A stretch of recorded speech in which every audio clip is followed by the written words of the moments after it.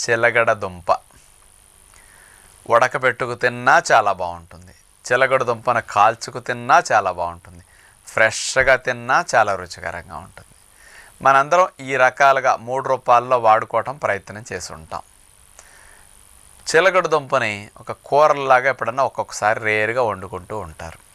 మరి చిలగడ దుంపని న్యాచురోపతి విధానంలో వాడుకోవటం వల్ల ఏ లాభాలు వస్తాయి? అసలు ఉప్పు లేని వంటల్లో ఆ ఉప్పు లేని చప్పదనాన్ని పోగొట్టడానికి చిలగడ దుంప ఎలా బెస్ట్గా పనికొస్తుంది ఈరోజు స్పెషల్గా మీకు చెప్పబోతున్నాను.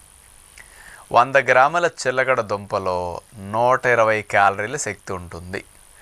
బంగాళదుంపలో 97 క్యాలరీల శక్తి ఉంటుంది. బంగాళదుంప కంటే ఎక్కువ బలం చిలగడ దుంప. పిండి పదార్థాలు ఎక్కువ ఉంటాయి, రుచిగా ఉంటుందన్నమాట. బంగాళదుంప చప్పగా ఉంటుంది, చిలగడ దుంప తీపిగా ఉంటుంది, లైట్ తీపి. అలాంటి చిలగడ దుంప